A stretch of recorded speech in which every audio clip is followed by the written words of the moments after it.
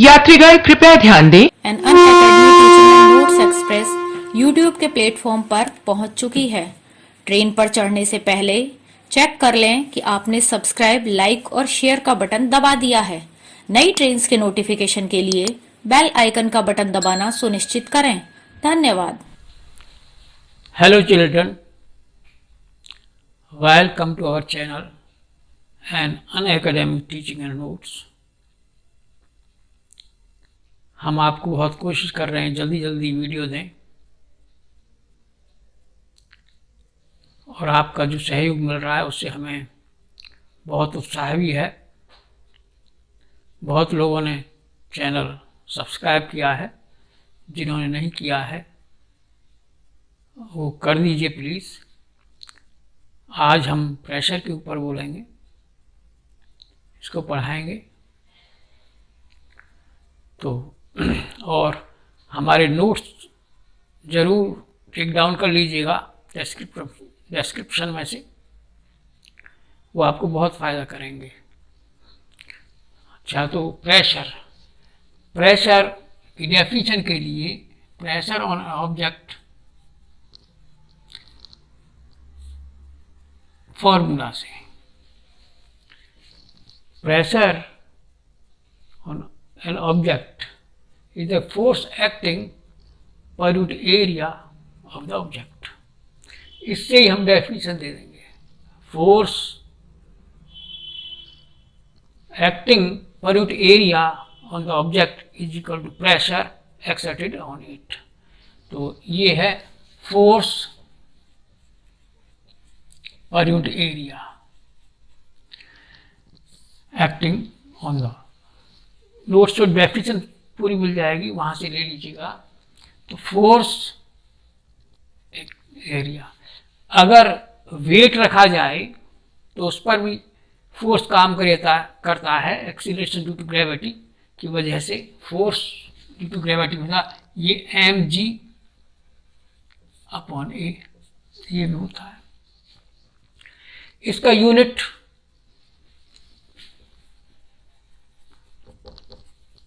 Pressure, यहां पर P pressure है, F फोर्स है, A area. Unit of pressure इसी से निकल जाएगी। फोर्स का kg मीटर पर सेकंड और एरिया का मीटर स्क्वायर। kg मीटर पर सेकंड को न्यूटन में बोला जाता है, न्यूटन पर मीटर स्क्वायर। ये प्रेशर का यूनिट होगी और इसको पास्कल भी बोलते हैं साइंटिस्ट के नाम पर, और शॉर्ट में PA भी लिख देते हैं इसको। This is force acting on unit area is the pressure. यहाँ से देखते हैं P is equal to FA, जो न्यूमरेटर में है तो P is directly proportional to F। जितना फोर्स लगाएंगे उतना प्रेशर, फोर्स डबल कर दिया प्रेशर भी डबल हो जाएगा, फोर्स कम किया प्रेशर कम हो जाएगा। और दूसरा एरिया डिनोमिनेटर में है तो P is inversely proportional to the area. Area का इनवर्सली, एरिया इंक्रीज होगा तो प्रेशर डिक्रीज होगा, एरिया डिक्रीज होगा तो प्रेशर इंक्रीज होगा। इनवर्स उल्टा रिलेशन है इसमें यहाँ से। इसलिए नेल्स होते, कील जो होती हैं जो हम दीवार में फिक्स करते हैं, उसका एरिया पॉइंटेड होता है। पॉइंटेड एरिया से क्या होता है कि उसके जो है प्रेशर ज़्यादा लगता है। और दूसरा कि जो रेलवे ट्रैक होती है, रेलवे ट्रैक में वो ट्रैक जो होती है चौड़े चौड़े स्लीपर्स के ऊपर रखी जाती है, जिससे कि उसका प्रेशर कम हो जाए एक जगह पर। अगर वो न लगाई जाए तो रेलवे लाइन बहुत पतली होती है तो उसका प्रेशर ज़्यादा पड़ेगा, ज़मीन में वो धंस सकती है। इसलिए इसको स्लीपर्स पर रखा जाता है रेलवे ट्रैक को। अब आता है बायोएंसी।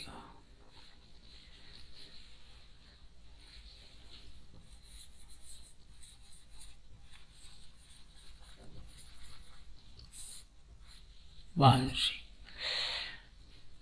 हम किसी ऑब्जेक्ट को जब लिक्विड में इमर्स करते हैं, डुबाते हैं, तो हम फील करते हैं अपवर्ड फोर्स। इस फोर्स को अपथ्रस्ट भी बोलते हैं। तो ये tendency of upthrust due to the liquid when an object is immersed in the liquid, it is buoyancy. ये टेंडेंसी जो है उसकी, हर each and every liquid exert upward pressure on the object which is immersed in it. किसी object को डुबोया जाए तो उसमें अपथ्रस्ट प्रेशर होता है। इसी वजह से वाटर में जो है हमें ऑब्जेक्ट कुछ लाइटर वेट के महसूस होते हैं अपथ्रस्ट की वजह से। तो ये टेंडेंसी जो है बायोएंसी होती है कि लिक्विड अपथ्रस्ट वो लगाते हैं। बायोएंट फोर्स,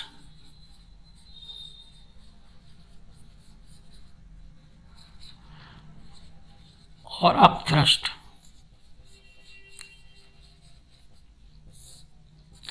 बायोएंट फोर्स को ही अपथ्रस्ट कहते हैं। Force exerted by the liquid on an object when it is immersed in it. Object को जब लिक्विड में डुबोते हैं, इमर्स करते हैं, तो जो अपवर्ड जो अपथ्रस्ट लगाता है उसे बायोएंट फोर्स कहते हैं, वही अपथ्रस्ट कहलाती है। क्लियर? अपथ्रस्ट एक फोर्स होता है और अपथ्रस्ट का भी जो यूनिट है न्यूटन होती है। कॉज ऑफ बायोएंट फोर्स, जब किसी ऑब्जेक्ट को हम लिक्विड में इमर्स करते हैं, डुबोते हैं, तो उस पर liquid from all the sides pressure exert करता है। बायोएंट फोर्स होगा तभी प्रेशर होगा। तो ये हॉरिजॉन्टल वाला जो फोर्सेस हैं आपस में कैंसिल हो जाते हैं। नीचे का जो अपथ्रस्ट है ऊपर काम करता है, तो वेट उसका डाउनवर्ड काम करेगा और अपथ्रस्ट है नाम, तो अपथ्रस्ट ऊपर को काम करेगा। इस वजह से जो है ये लिक्विड के हॉरिजॉन्टल फोर्सेस कैंसिल हो जाते हैं और अपवर्ड फोर्स काम करता है। इस वजह से अपथ्रस्ट होता है फोर्स का। तो इसका ये डिपेंड करता है, अपथ्रस्ट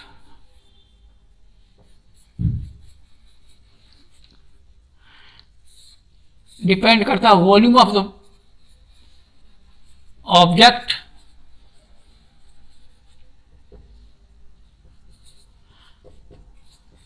और डेंसिटी ऑफ लिक्विड।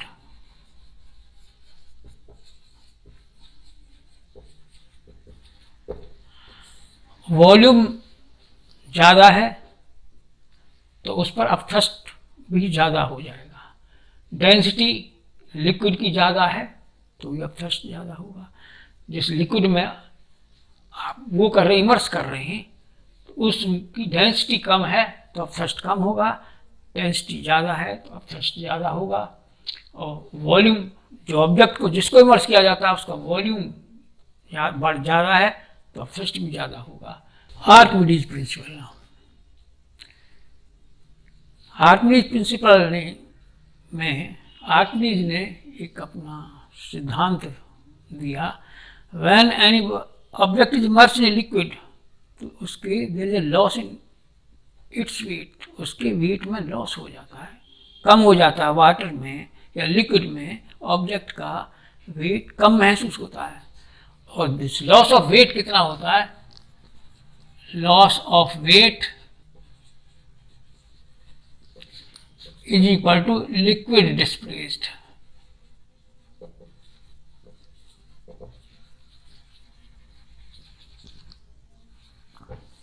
ये आर्किमिडीज प्रिंसिपल है।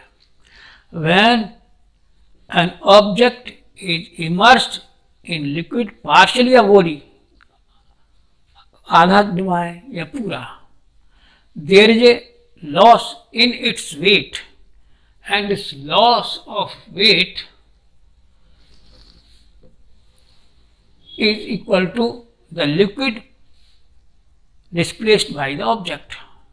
ऑब्जेक्ट जितना लिक्विड डिस्प्लेस करेगा, कितना डिस्प्लेस, जितना वॉल्यूम होगा, तो वॉल्यूम, उसके वॉल्यूम के इक्वल जो वाटर होगा उसके वेट जितना होगा वो लॉस हो जाएगा। तो ये आर्किमिडीज प्रिंसिपल है।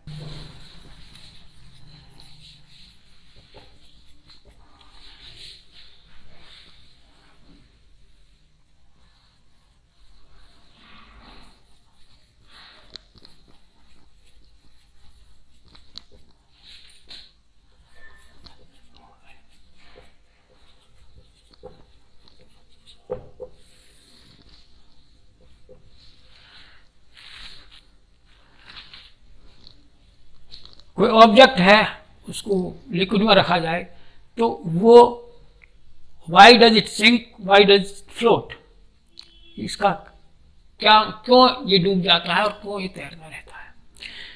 जब लिक्विड में कोई ऑब्जेक्ट है, इस पर दो फोर्स काम करते हैं।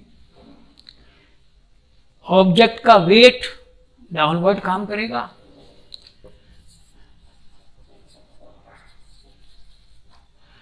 ये डाउनवर्ड करेगा। दूसरा अपथ्रस्ट, अपवर्ड काम करेगा। दो फोर्स काम करते हैं, वेट और ये अपथ्रस्ट।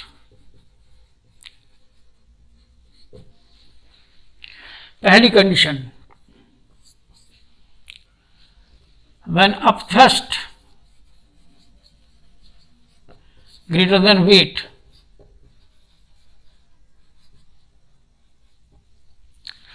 अपथ्रस्ट ज्यादा है, अपथ्रस्ट ज्यादा है तो it won't let it sink down, it will float. Object float करेगा। दूसरी कंडीशन, अपथ्रस्ट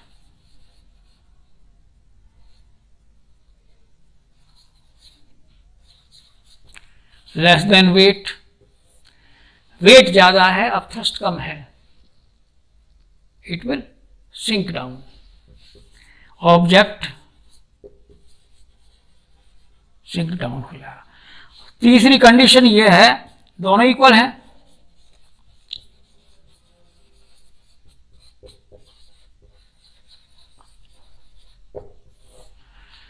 अपथ्रस्ट वेट के इक्वल है, तो wherever you place the object, जहां छोड़ दोगे वहीं रुका रहेगा। ये आधा ऊपर छोड़ दोगे वहीं रुका रहेगा, नीचे डुबा दोगे तो वहीं, जहां भी जिस जगह, wherever you leave with the object it will remain there only. तीन कंडीशन है। कंडीशन सिंक डाउन की, वेट ज्यादा होगा, अपथ्रस्ट सिंक डाउन हो जाएगी। अपथ्रस्ट ज्यादा होगा, it will not sink, it will float. तीसरी कंडीशन, अपथ्रस्ट और वेट इक्वल है, it will remain anywhere in the object, in the liquid. तो ये इसकी कंडीशन है। किसी सब्सटेंस की डेंसिटी, ये इसके फॉर्मूला से निकालेंगे। M stands for mass, V its volume, D stands for density.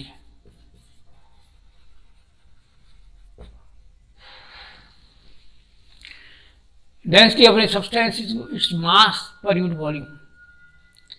मास और वॉल्यूम का डिवाइड कर दीजिए, इसकी डेंसिटी आ जाएगी। और डेंसिटी की यूनिट जो होगी,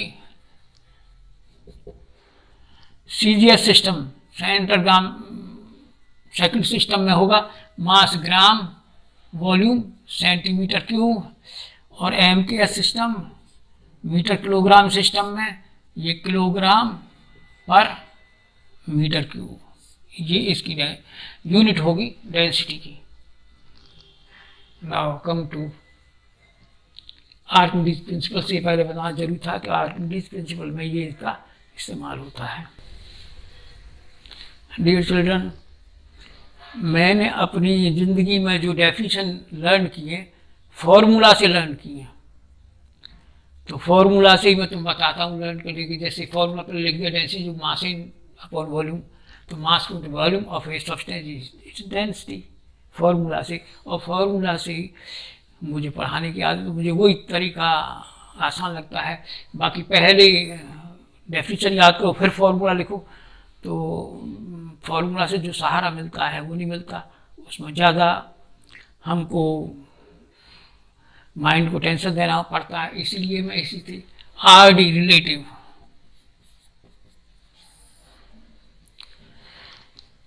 किसी substance density relative density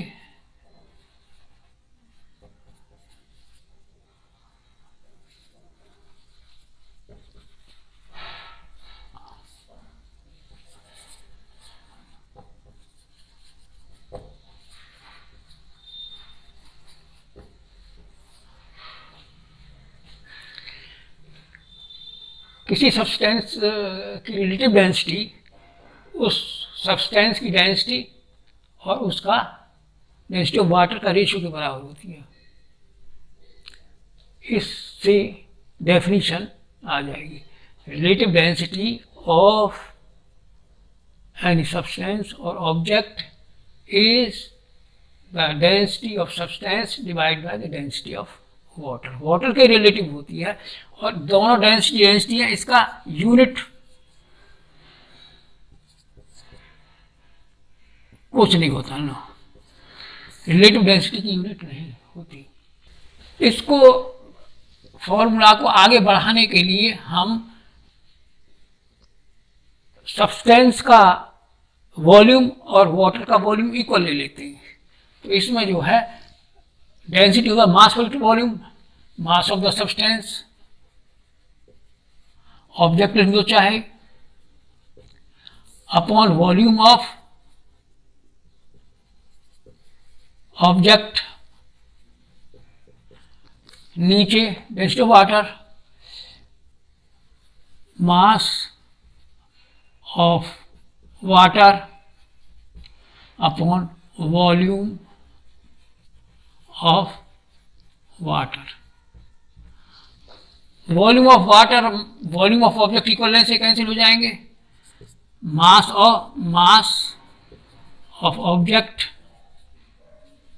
upon mass of water. अब ये कि मास ऑफ ऑब्जेक्ट और मास ऑफ वाटर बराबर कैसे लिए जाए, इसका भी आसान तरीका है। जब इसमें लिक्विड में किसी ऑब्जेक्ट को इमर्स किया जाएगा तो अपने वॉल्यूम के इक्वल ही वाटर डिस्प्लेस करेगा। इसलिए mass of water liquid displace के बराबर होगा। तो ये is equal to mass of object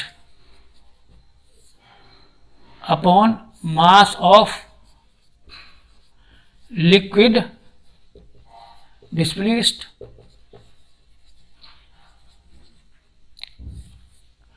और mass of liquid displaced according to Archimedes principal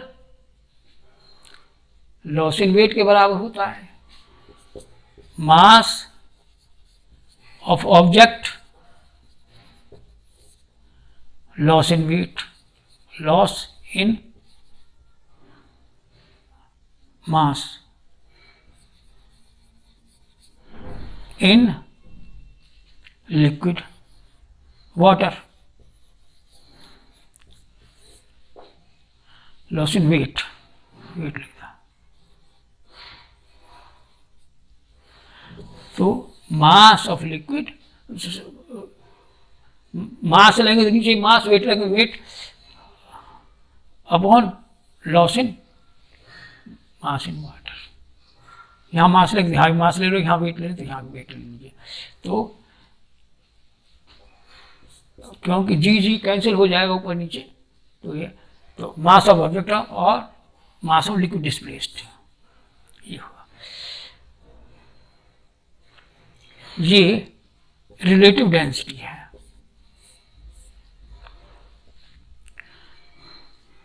यहां से आया, एक बार और बता दें, डेंसिटी ऑफ सब्सटेंस और density of water, density mass of one volume, mass of the object, और वॉल्यूम ऑफ द ऑब्जेक्ट, नीचे मास of water, volume of water. जब ऑब्जेक्ट को इमर्स करेंगे उसमें वाटर में, तो उतनी अपने वॉल्यूम के बराबर ही वो वाटर डिस्प्लेस करेगा, तो volume of object volume of water equal हो जाएंगे, कैंसिल हो गए। तो मास ऑफ ऑब्जेक्ट और mass of water, mass of water जो होगा उतना होगा जितना कि liquid, mass of the liquid displaced, liquid और वाटर लिखा, एक ही बात समझिएगा। मास of liquid displaced, mass of liquid displace का उतना अकॉर्डिंग टू आर्किमिडीज प्रिंसिपल उतना ही लॉस इन वेट होगा, मास ऑफ ऑब्जेक्ट और loss in weight of the object. इस तरह जो आर्किमिडीज प्रिंसिपल, प्रेशर, डेंसिटी, ये वाला चैप्टर फिनिश होता है। और आपसे यही कहेंगे, आप पढ़ लीजिए, ये जो हमें वीडियो दिया है आपको समझ आया होगा, समझ नहीं आया होगा दूसरी बार चला के देख लीजिए और फिर नोट्स पढ़ लीजिए, पूरी तरह समझ आएगा। इसके बाद हम नेक्स्ट वीडियो में आपको न्यूमेरिकल्स कराएंगे। और जिसने सब्सक्राइब ना, प्लीज़ सब्सक्राइब कर दीजिए, कमेंट भी लिखिएगा, शेयर भी कीजिएगा, हमें इससे खुशी होती है, उत्साह बढ़ता है। Okay, thank you.